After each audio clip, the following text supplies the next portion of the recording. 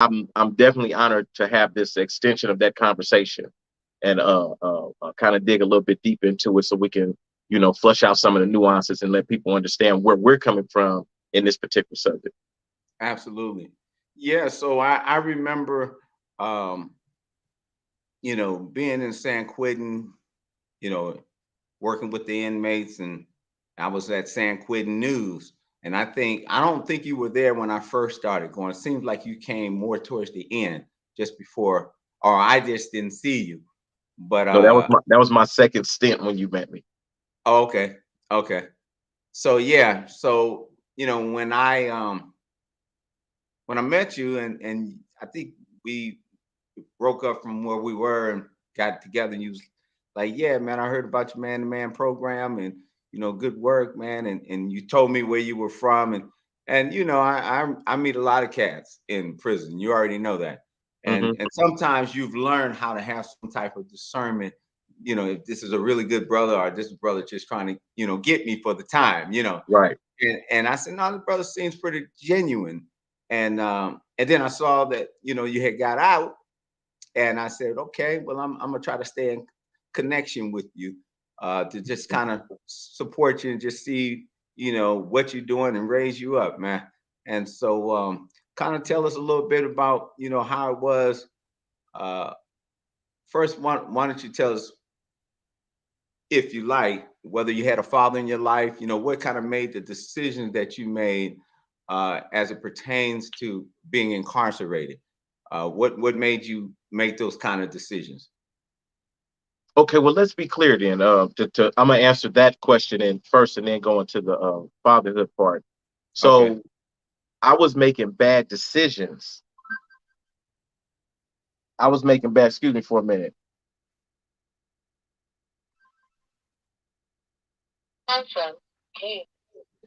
I was making bad decisions in bad circumstances.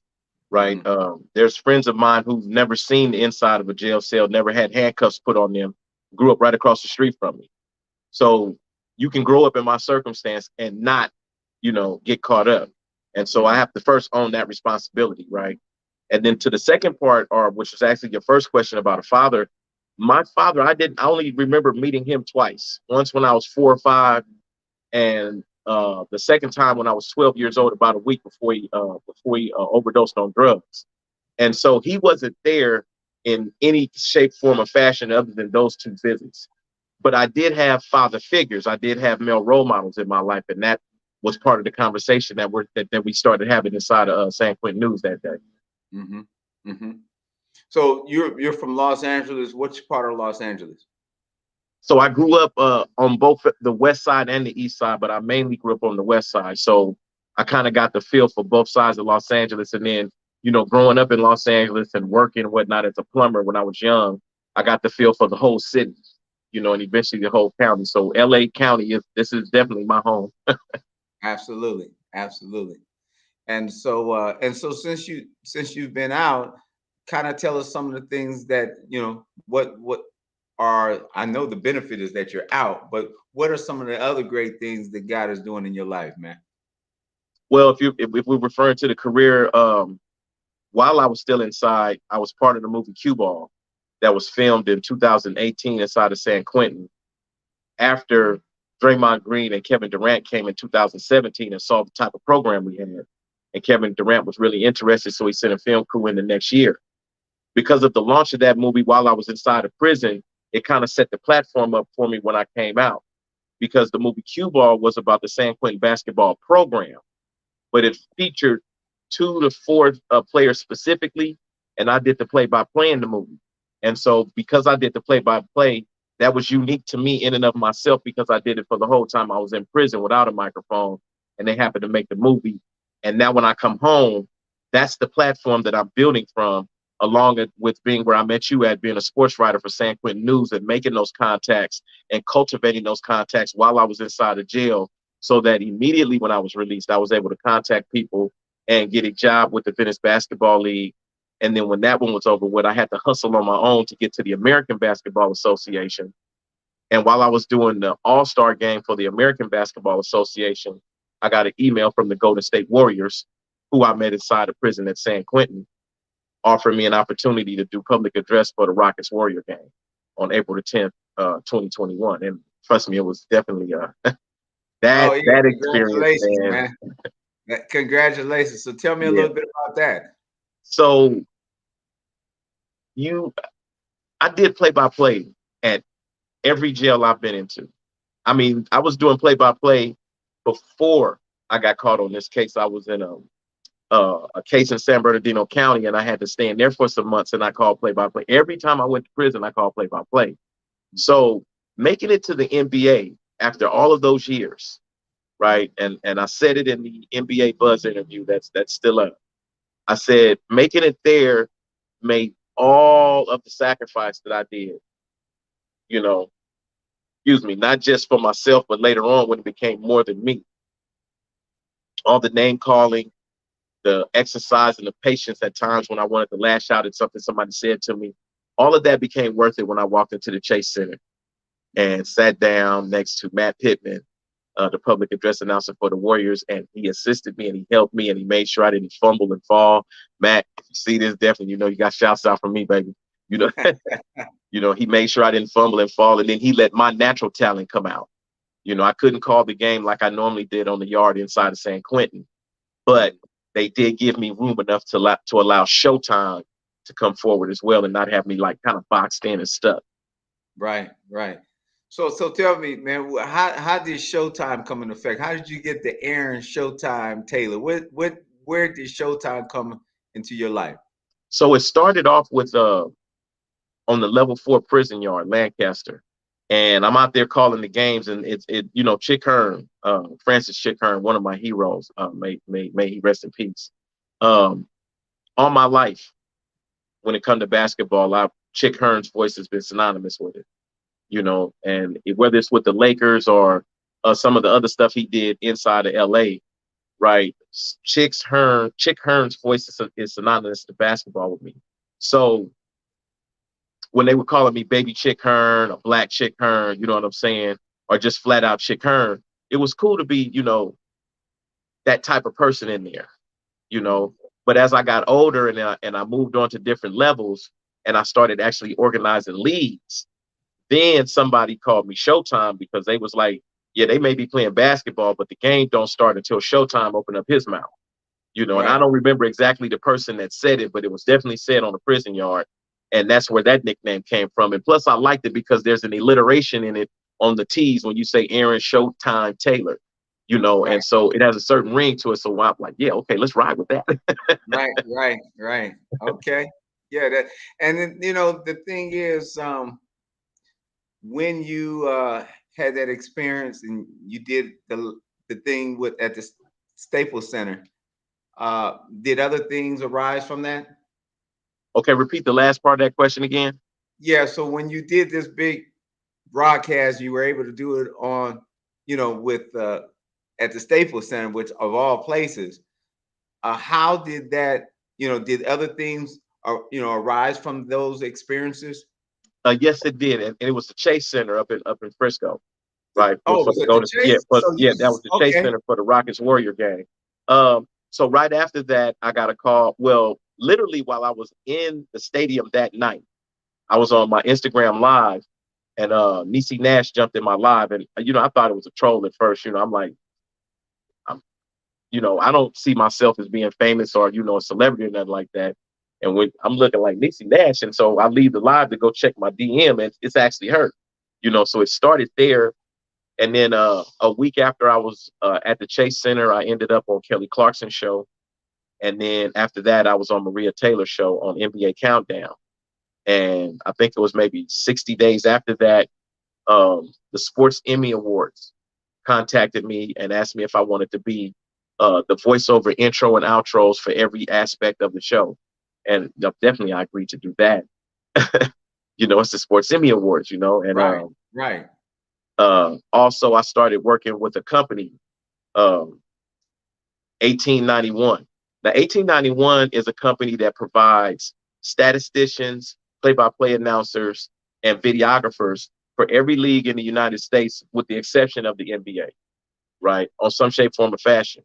And so when I got to talking to Curtis Green over there, who runs it, he said, "Man, we'd love to have you on the team."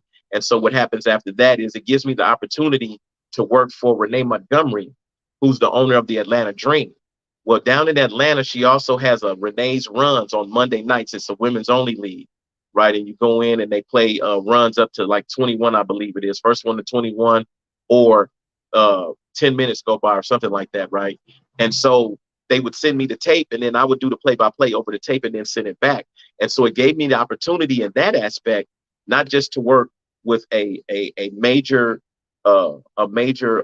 player in statisticians, broadcast announcers, and videographers, but through that I was able to work with the WNBA as well and add that to my resume. So it's been a lot that come out from there, and it's even more. I don't want to take up too much time because I know we are limited on time, but there's been a lot of great opportunities, and I've just been right at the right place at the right time, and I'm making the right decisions rather than what I did when I was growing up. Right. And how did that discipline become from who you was before to who you are now? I mean, what made the adjustment, the shift? Because I know it So wasn't overnight. I mean, let me ask you this. yeah, How old are you now? so I'm 56. I'll be 57 on November the 5th. So you'll be 57 in November. You spent 26 years of your life. So, I mean, you went in there, a whole different person than the person you came out. Definitely. So, when did you see the turn or the twist to say, you know what, this is it? The one moment that I trace it back to myself, it may have happened before then and I wasn't aware of it, but when I became consciously aware that it was time for me to change was right after 9/11.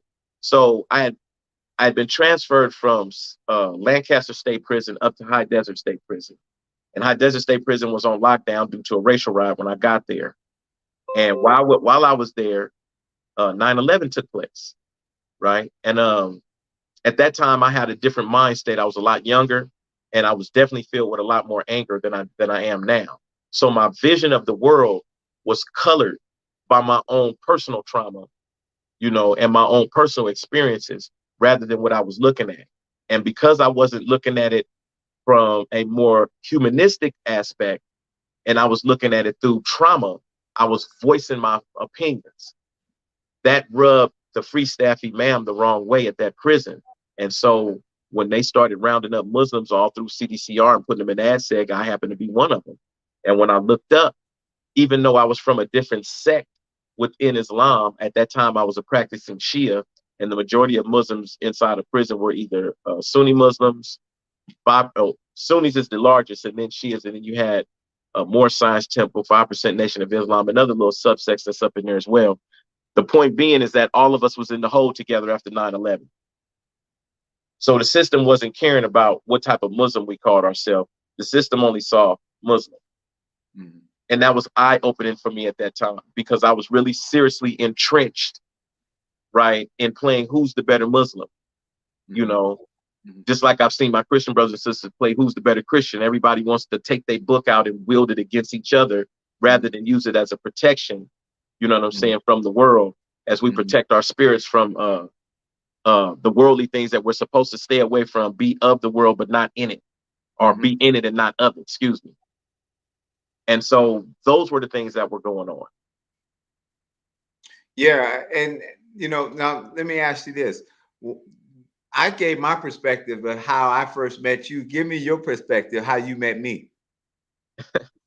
Because I'm sure it's a different angle. I'm on the prison yard. I'm just now getting back into San Quentin News after I'd been off for 5 years. I wrote for the paper from late 2012 all the way to November 2014. And then I took off. And then I came back in 2019. I think it was March.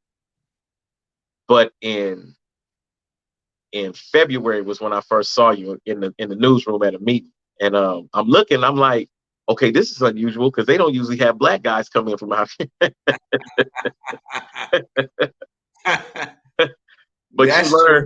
But you learn being a part of San Quentin News that you never know who's sitting in the room with you. You That's never true. know who walks in to help. And so by the time we actually spoke, I think you had knew more about me from the advisors that was there than I had actually asked about you. I just listened to you in the meetings. And the only thing I got out of it was, okay, this dude's kind of solid. So just let me wait and see how this plays out. And it basically played out just almost uh, to perfection in the way the universe aligns itself, because we didn't know we had so much in common. We didn't know Right. we had some of the same goals, and we didn't know that we were looking at things both from an academic and from a social aspect, from a socioeconomic aspect, from a spiritual aspect, a psycho spiritual aspect. When Right. we started talking, all of the things that people, it's like, okay, he know what I'm talking about. Yeah. Yeah. It was one of Absolutely. those moments. Yeah. Yeah. And that was my whole purpose really when I went to San Quentin. Because like I said, I've been going to San Quentin since '95 playing basketball, not Right. really in San Quentin News or at the chapel preaching to the folks, but really never in San Quentin News. I kind of got lured in there because a gentleman thought that I had a skill set to teach them as far as documentaries and stuff and whatever, Hmm. because they see me do shows like this. But my whole thing was really actually to pour into the cats and just really actually give them a sounding board to kind of lead them and give them some wisdom. And I'm like you said you'd be 57 in November, right? Once you start digging in, you start digging in. Man, shoot, brother. uh, so it was an experience there, but like you said, people that came in the San Quentin News, man, you never knew who was gonna come in there. Cause folks, I mean, a lot of people come, flowing through there and Ear Hustle right next to it, and that Ear Hustle, people don't know that was the number one podcast for a long time, I you think know, about 6 years. I think they went out of 6 out of 8 years in prison. from Live. behind the walls of San Quentin State Prison. Yes. Man, I said there. So I had to, creep over there and see what they was doing over there too, which was right next door to San Quentin News. And so and met, and still stay in contact with some of those guys in Ear Hustle, man. So I just want to commend you, man. I dig what you're doing, man. I know that sometimes it can be challenging because even as we had that conversation, we all make some bad decisions. I made a whole bunch of bad decisions, man. And brother, if on the wrong day, I could have been there. Just on the wrong day, you Any, know. and I don't, a lot of people really point out the racial aspect of this, but I'm going to broaden it even more than that, right? Any one of us at any given time Hmm. could have got caught doing something or Any been in the given wrong place when something happened, right? And had it absolutely. put on you, right? But any one of us, just I'll give you an example, right? And we look at it now and think, what the hell was I thinking Hmm. as an adult? But Hmm. when you're 9, 10, 11, 12 years old and you're throwing those little rocks over the freeway overhang, you know Hmm. what I'm saying? You're not even conscious of what you're doing. Oh, You absolutely. you're not even aware of the ramifications of what you're doing, Right. you know. And a situation like that, an accident like that could cost somebody their life. Yeah. And then that person finds themselves in a situation where they meet a steward inside of prison Yeah. while they were learning and being rehabilitated for the crime they committed as a child. As a child. You That. understand what I mean? And Yeah. so that's part, I think, what drove our conversation as well, the development of the mind, and how much do you hold a person responsible, and at what age is a really good age. Because I think during that time the uh I don't know what her title is, but she's the chief medical officer for the state, Hmm. right? And she was putting a lot of work out on the television, speaking about, this was even before the pandemic, when she was talking about researching the brain and talking about brain development. And that Hmm. was part of what crafted the legislation to say, okay, if you're up to 26 years old, we're going to treat you as if you're a juvenile because the brain hadn't fully developed, right? Those kind of conversations come up based on where we met at and how San Quentin News wanted to craft that message, right, inside of the structure of truth within the paper, right? And when we started talking about that type of stuff, again, I don't know if your audience is aware of the word sapiosexual, right? But a sapiosexual is a person who has a love of intellect, right? And that intellect can come from men or women. And so when we were having that conversation, we were meeting on that type of level where the intellect was attracted to each other. And so that's when you start finding a kindred mind state. Mm-hmm. Mm-hmm. And now we're able to have this conversation out here where people can see like, wow, they was having a conversation like this sitting in a prison newsroom. Yeah. On this level. Yes, we were. No, Yes, we it's were. true, man. Because when I talk to people, and a lot of people don't know this because they're just not exposed to it, unless you go into prison or been to prison, and that is that there are many young people, young men of color, who, because of situations and circumstances, they go in and spend more time in prison at a young age for a mistake that they made, but will be in there and not come out until an old age. And I mean, and it's killing our communities. It's killing, and that's why I asked about the father piece, because the father piece is so instrumental in helping. And I'm not going to say just because every father's at home, his child's not going to go, because there's going to be some rebellious children. I get that.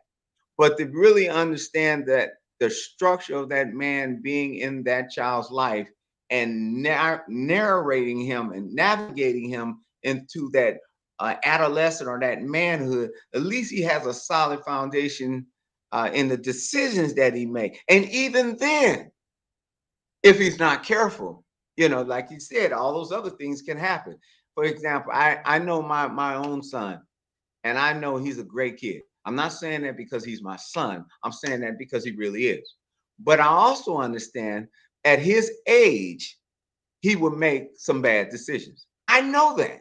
And I'm on him about it. And he's probably just like, my father's just giving me a hard time. And, I don't know why he's on me like this. He doesn't understand a bad decision can cost him the rest of his life. Yeah. Yeah. Easily. And understanding the responsibility, right, that comes along with understanding that decision-making process. I'll back up here, right, and put this as a parallel to what you said in the beginning about how it's devastating the community, right? I agree with you 100%, right? And when we start talking about ownership of responsibility, right, in my humble opinion, we definitely need everybody that was involved in the processes or the processes that took place that helped pass that 94 crime bill, right? And everybody has to own what everybody with 94. Go ahead. Or you want me to say? Go ahead. Yeah, the 94 crime bill was a second or third crime bill that Joe Biden, then senator, first one he presented to Ronald Reagan in 1987. And it was so tough that Ronald Reagan told him, no, we're not doing this. He told him the Republicans will lose a black vote, period, if we pass that bill. And then later he brought it back to George H.W. Bush, and he rejected it as well. And by the time he brought it to Bill Clinton already had the rumors and stuff going on, so he needed a bargaining chip anyway, right? And so here comes this crime bill. And just so happens that my generation at that time, that was between 17 to say 30, we was literally out in the street, literally having street wars over corners to sell drugs. In my case, it was drug dealer and drug user, And so we actually helped feed the narrative for that 94 crime bill.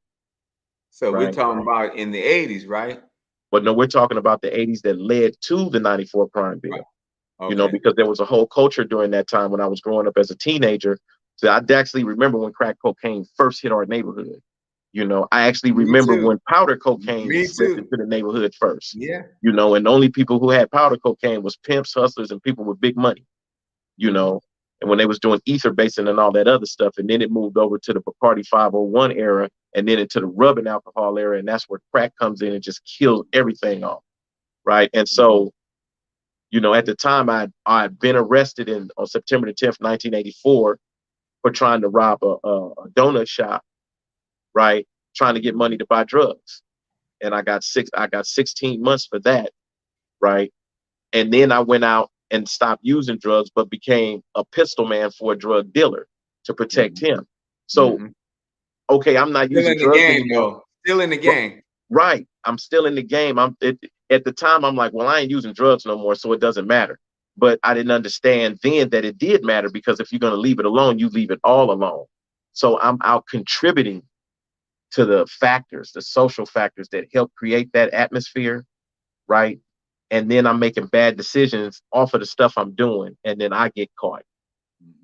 So I have to own my personal responsibility in that. That's the long way of saying, when you say it devastated the community, then I have to say, okay, then each one of us that was involved in that devastation has to hold their hand up and own their own BS, basically. You know, I did this during that time. I got arrested and I went to jail and served my time for that. And as long as each one of us has that, because remember, you just mentioned ago, we're talking about father figures. My father wasn't there, but I had two uncles, right? Steve Wade Sr. and Miles Delaney, and my other uncle, Robert Wade. I had a grandfather up until I was 12, L.B. Turner, right? Strict disciplinarian. Come to find out later on that, you know, in the streets, he was a gangster too. But at home, man, strict disciplinarian, you're going to come in with good grades and all of that. We ain't playing bad grades, because he never got past a second grade education. So he was really strict on me and my brother, his quote unquote godchildren. I mean, his grandchildren. You're going to learn, you know? And so I also later on, when I got 12 or 13, my mother really got deeply involved with a brother by the name of George Jernigan. And George Jernigan was the one that taught me how to fish, taught me how to set traps, taught me how to hunt, taught me about sex. You know what I'm saying? He had that sexual talk with me about, you know, when is it cool to try to get involved with a woman? And one of the main things he told me was, if you have to sneak to do it, then you ain't old enough to do it. Right. That's a good one. A lot of truth to that. It was just that blunt, you know. But right. I had my Uncle Steve was a man who used to take us. He worked at a place called All People's Church here in Los Angeles on 22nd and Central, I believe it is. And we used to go to baseball games with him. We were on the baseball teams. All of this stuff going through this community center. My uncle was right there in the hub of it, right? When he wasn't doing that, he used to work on the Dipsy Doodle ice cream trucks. He had his own truck, and I used to work with him in the summertime on this truck. So in those two situations, one, I'm learning and watching my uncle with selfless work. And then the second one, he taught me how to hustle and grind legally in that ice cream truck. In just those two lessons alone, right? My grandfather, L.B. Turner, taught me, no matter what, you pay your bills and you take care of your family. Whether you got to get it by hook or crook, you go get that money and you pay these bills, right? My Uncle Miles taught me how to make big, bold decisions, because him going into the Army at the time, when I was like, I think 10 or 11, was a big move, because my uncle's only like 9 years older than me. So he was more like a big brother. So watching him do what he did helped me to understand that sometimes you have to make moves that other people don't understand. But in his case, it helped him to see the world. You see, so I had those role models. I had people around me that had me inspired to do positive. I chose the negative routes that I chose. And until I own that, how could I be fully a man if I'm not owning up for the things that I did wrong, but I want to brag about what I did right? Right. Yeah, definitely. You know, when I think about growing up and I think about how neighbors used to discipline you, you know, how if you were out of pocket or did something you wasn't supposed to do, they was going to take care of you. They was going to handle you like your parents handled you, you know, and then you was going to get it again when you got home. Definitely. Because, because your parents already know what went down before you get home, because that's the community. And your name is on the wire. Hey, man, on the wire, brother. On the loudspeaker. They'd be like this, girl, girl, I've seen your boy Stewart. He was over there throwing rocks at that dog after you told him not to. Don't worry, I got him, but he's waiting on you when you get there. Absolutely. That's just like how it would be, man. And but if the thing was, there was a sense of community, there was a sense of accountability. There was a sense that you knew that people were watching you and you needed to be on your best behavior. Now, me, I was more like a Eddie Haskell, man, on Leave It to Beaver. I would be like that with the parents, and then it'd be a whole different way out in the streets, So, I that's how I had a friend of mine there. So, hello, Miss Mack, how are you today? And he was looking at me, like, man, and then she would say, why don't you have more friends like him? But really, she didn't really know who I was. I can see that right now. Good evening, Mrs. Stewart. How are you doing? Oh, it's really nice to see you. That's a lovely dress habit. Did you lose some weight? Right? People looking at you like, yeah, love you for life, man. But see, the thing is, you had manners, and there were some that didn't, and it depends on that home training and that foundation. That even though you were with another person who's much older than you, you were taught how to behave in that environment. And even if you don't even have to, sometimes you just do what you've been taught. Now you might put a little bit more on it than you have to, but that's just who you are, But now kids can't be disciplined. They can't really, you can't tell a child what to do because, the parent will come to you and say, hey, that's my child. I'm disciplining my child. You don't tell my child what to do. And, wait, hold on. Let me stop for a minute because that's my generation's fault. Yeah. That's my generation's fault. Oh, yeah. When your generation, what you don't understand, man, is your generation is my generation. Because I'm 57. Okay. Well, now watch how I word this. When they arrested those of us who was out in the streets doing what we was doing, right? Even though we were in straight up criminal activity, when they took us and put us behind the wall for all those years, they took history. They took culture. Absolutely. They took, whether people like it or not, morals, ethics. People don't understand, even criminals in the street have a moral code. They have an ethics code. You know what I'm saying? Say that. So there are codes and laws that everything is governed by, even in the street.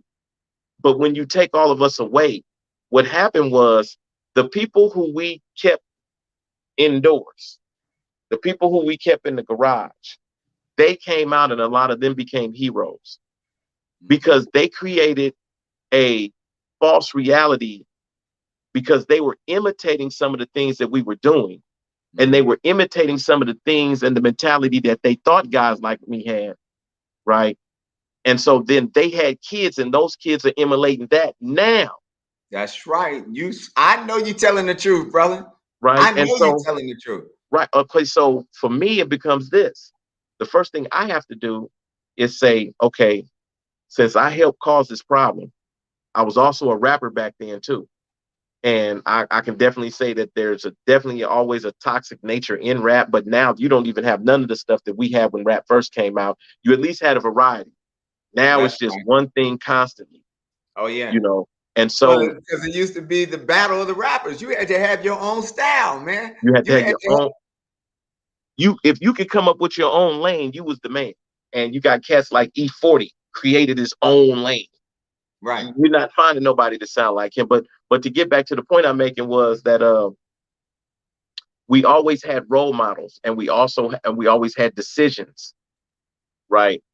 I was lucky enough to have the type of role models that told me not to make the choices that I made, meaning that I chose to make the bad decision in that bad situation. The second part to that comes this. A guy like you that never went to prison during that time and was able to navigate through society in the new way that it was being structured and then restructured again. What I've been telling people in every interview is that if I run into a guy like you, right, that's somewhere between 40 and my age, or maybe all the way up to 60, 40 to 60, that's never been to jail, just straight good guy, we call them square. Those the guys are the heroes. You guys are the ones that actually didn't go to jail. You stayed out, you navigated through this stuff, and you made yourself successful and relevant in that. See, I'm not the hero. You are. Well, you know, the real truth to this, brother, and I'm hearing you saying that is I really the real hero is God. Straight up. Because man, if I when you were saying that in my mind was racing stuff that I had did in the past, you know, and man, I know. I mean, like man, I'm not telling I'm not, it's not something I read about, you know. I know for a fact that if it wasn't for the grace of God, I would have been where you are, probably earlier than you. Trust me, because the corners I was turning and the places I was going, whether it was New Right. York or it was Philadelphia or it was DC, you know, I was going those places like I was in Oakland. I mean, I was actually, you know, flowing like I was in the town in New York and Bronx and Manhattan and Queens and you know, and I think about, you know, one time, just one time.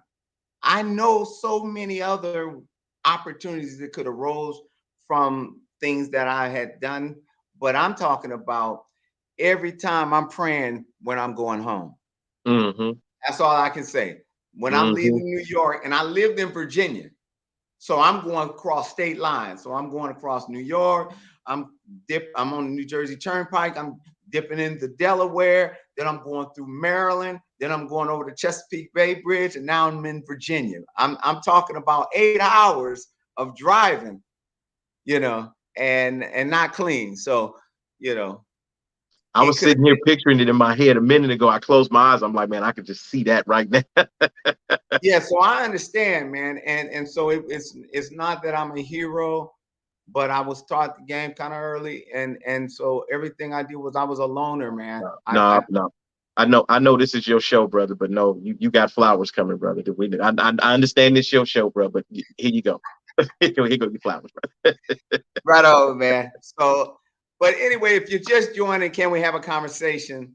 I just want you all to know that we're talking about life after prison. We're talking about success stories of how a person can go to prison, spend 26 years in this life, and come back out, and God has just blessed him. I mean, he seems to be more busier than I am, and the stuff that every time I'm talking to him, he's like, "Man, I'm getting ready to do a video, and I'm about to shoot this, or I'm going here." And you know what? I've seen. I want to just jump on this while I just thinking about it. I saw when you went in San Quentin, man. You went back to San Quentin since you've been out. Yeah, just Friday. Yeah, just this past Talk to Friday. me about that, man. Well, how did that go? Well, it started out as a the San Quentin News was going to have a sports and social justice symposium, and that got canceled due to one of the COVID outbreaks. And then the Warriors were planning on going inside of the prison on the 23rd, right? And so I had invited a bunch of reporters from the Bay Area to come in on my list, and they moved the date from the 23rd to a week back to the 16th. So it was just myself and my fiance Sharon going in, and um, just pulling up, just to drive pulling up. You know, I've never been in a prison that way. I never went in through the front door. I've always went Right, in off a bus, cuffed up. right, So right. just That's why I said, how was that experience? yeah, just an extension of my new reality. You know, I had a reality in my life that I wasn't aware of. Thank you, Amazon. This is my new reality. So the first 28 years of my life, because I went to jail right before I turned 29, that was a section of my life. That was a learning lesson. That was, you know, trial and error. Then the next 26 years after that is another section of my life, you know, and now I'm just starting the third section. I'm into the first 2 years of the third section. So I like to kind of phrase it as I started out as a caterpillar, and then for 26 years I went into a cocoon, Mhm, right? mhm, And I use the word cocoon because there's something that takes place in every jail prison. It's always recreation. mhm. You know, what are the recreational activities? What are we going to do to recreate, to, try to not think about where we are? Entertain yourself or do something. But you can take that same word, recreation, and put a dash between the RE and the following word, and you get recreation, right? And so I made the cell a womb of recreation. I needed to become different inside of that cell. I needed to tap into a spiritual, not a religious belief, but a spiritual belief and a spiritual practice. That's another reason why we're able to talk, because we never really tripped on the fact that one of us is a Muslim and the other one's a Christian. We was already on a high spiritual level anyway when the conversation started, and we just happened to find out later on, oh, you Muslim? Yeah, you Christian? Oh man, I didn't even know that.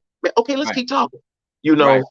When you on that plane, and I had to go into this middle third of my life inside the cocoon within prison, I had to be put into a place where everything was totally stripped away from me. And the only thing I had left to rely on, I'm going to call it the Most High for right now. I won't give it a name because I've read many, many names of this one entity that everybody seems to think is totally theirs. Right. No. And so I call it the Most High just for the sake of conversation, but I definitely have a more firmer name that I believe in. But those of us who are on that level, you know what I'm saying? Now, at this point, I'm in 2 years into the third part. I had to break my life up into hockey periods, the first, second, and third period, man. Right.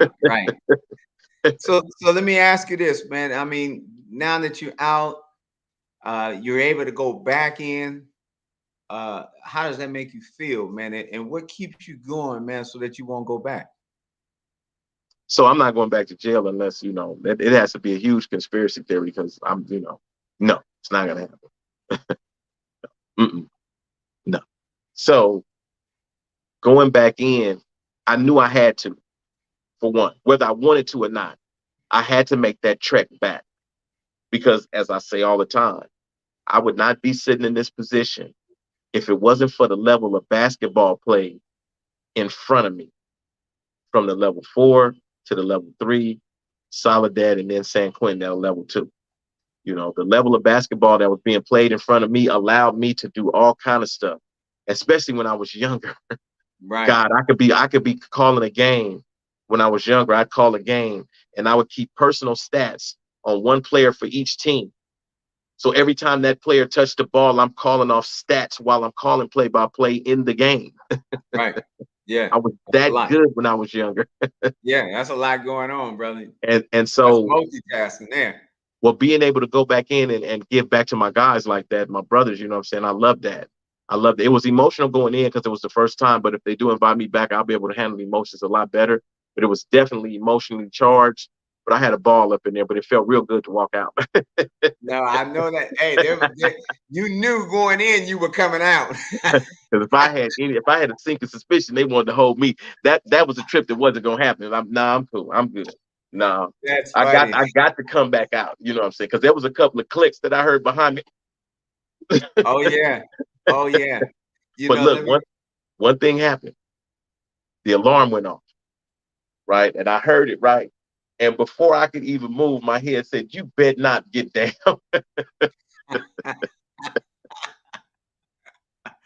Post-traumatic stress disorder. Wait. PTSD, man.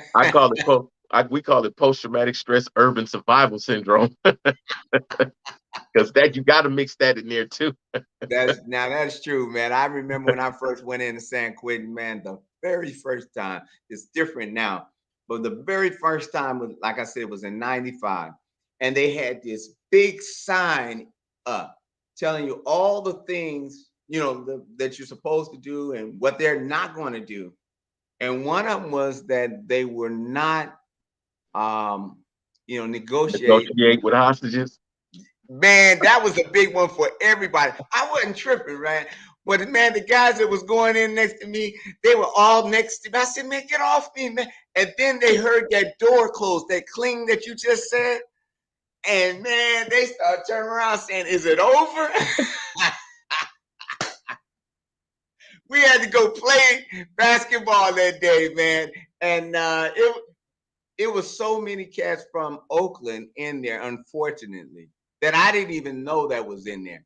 And when I began to play and then look around and see folks, I was like, you in here? And it was one young cat I was playing with that went to the same high school. Now he was several years younger than me. But yeah, man, it was a lot of cats. So I really actually felt always from day one comfortable going in San Quentin, man. Into the chapel, whether I'm going down, to talk to folks on the basketball court or in San Quentin News, because this is the thing. I tell my kids all the time, especially my son, but my daughter gets a little worried when she hears that I'm going into San Quentin, because all she knows is prison. And she doesn't really understand the dynamics of who are in there. And I said, baby, she said, Daddy, you be careful. And I told her, I said, baby, I'm gonna be careful. I said, but the thing about the folks that's in San Quentin, this is what I told her. I said, not all of them are bad people. I said, they just made bad decisions at a young age. At a young age, And I said, so, everybody doesn't have the same, maybe be able to get out of a situation or not, not be in that environment or not have to be put in that environment, whatever the situation is. Sometimes we just respond, like you said, especially that other generation where they don't think, they just act. I mean, because they miss a lot of being raised, and then grandmother's raised them. Grandmother tired, man. Grandmother tired. Grandfather not really there. Sometimes he's there, but most of the time he not there. It's just Big Mama, And she's, she gonna ask the grandkids, do you want to go to church? But her kids, she ain't asked if they was going to church. They going to church. Man, they better have their clothes on. And it was a lot of them too. And you better and it was one bathroom. And they said, you know what? You going to church. And there seems to be, that piece that you said, we lost that piece. And then in where we lost that piece, we also begin to make bad decisions and get to a place where that bad decision, we was at the wrong place at the right time. And so now this is my new reality. It could be 26, it could be 30. I've talked to folks, man, and I asked them, I know we're not supposed to ask what crime you committed, but I asked, man, I said, man, what you in here for? And the brother said he was doing 30 plus years for home invasion. And I said, did you kill anybody? And he said, no. I said, you did 30 plus years. And this is what young people need to understand. I hope a young person listening to this show, because it's not based on the crime that you committed. It's the crimes that stacked up on you based on that one that stacks up. And now you have not one case, you have 9 or 10 counts of something that you've done. And that's where the years, And so, I talked to a guy one day and I saw him in San Quentin and I said, hey, I said, man, what are you doing in here? Because I knew his story and I knew he had just got out, and we had prayed for this brother and he had got out and knew his dad and everything. But then he went back. And this is what I call miscalculation. I tell young men this all the time, especially when they're in my classes and stuff. I say, you guys don't use the same mathematics scale that I use, I guess. You don't add up, you miscalculate. And they didn't understand what I'm saying. I said, because this brother said that he was going in to rob a 7-Eleven. Now, how much money you gonna get in a 7-Eleven? Couple $100? And couple hundred, maybe 3 or 4. Right. And they every $100 they put, you don't know this, but when you was in, they took every $100 and you got to put it away. So every time you get $100 in the cash register, you got to put it away. So it's a different thing, man. 200, 300, even if it was $400, man. Right. I said, well, you still gonna get the same amount of time. I said, what were you thinking about, man? And he said, well, you know, the worst case scenario, I thought I was just going to do 2 years. That brother did 12 years. Must That's have been the called second strike. that's called miscalculation. You know, it ain't even worth to do 1 year for Well, $300-400. one of the things that empathy gives us allows us to have is to put ourselves in somebody else's shoes. Now, That's right. granted, the majority of the people can't do that. They could never put themselves in my shoes. You know, people could never understand what it felt like to be told in two sentences that one, you're not a father, and two, she's a lesbian. Right. You Right. just, when you think about you going out and you bought you a new car and you pull in the driveway and somebody walks up, man, you just got you a new car? Yeah, man, if it was me, I would have did this. Right. Right. But we're talking about something that I did, and we're talking about something that you did. We're not talking about what your perception of it is. And that seems to get lost sometimes. People are quick to put their perceptions and their feelings into your decisions that you're making for your life. Right. And in doing so, they make assumptions and whatnot. And then one of those assumptions are usually that everybody in jail is guilty. That's true. And we know Not that's that not that a person may have been stealing to feed themselves, and it just so happens that the law is falling on them this way, right? Which means that maybe we need to take a new look at the law, because if a person is stealing to eat, then maybe we need to change the condition that made that person hungry and couldn't get food, rather than criminalizing them going to get food based on the system set up now. Yep. And that's a whole different show, brother. But that's really talking about being fair and balanced, because if you're going to be fair and balanced in a society where democracy is supposed to be the rule of law, which it isn't, it's actually more of a representative republic, and that representative republic has actually set up these new laws now. But like you said, that's another story. But, and I know a lot of people don't like when I say this, but I'm going to say it anyway. We all have an opportunity. Thankfully, I've been given a third opportunity, because this is the second. I got out. I went to jail. Before I went to jail, that's one opportunity. I got arrested and got out. That was another opportunity. I got arrested again, and I've stayed in 26 years. So this is my third opportunity to get it right. Right. Right. As much as we fought the country, and I agree with everything that you could say, and I can definitely add in my personal experience along with this stuff, right?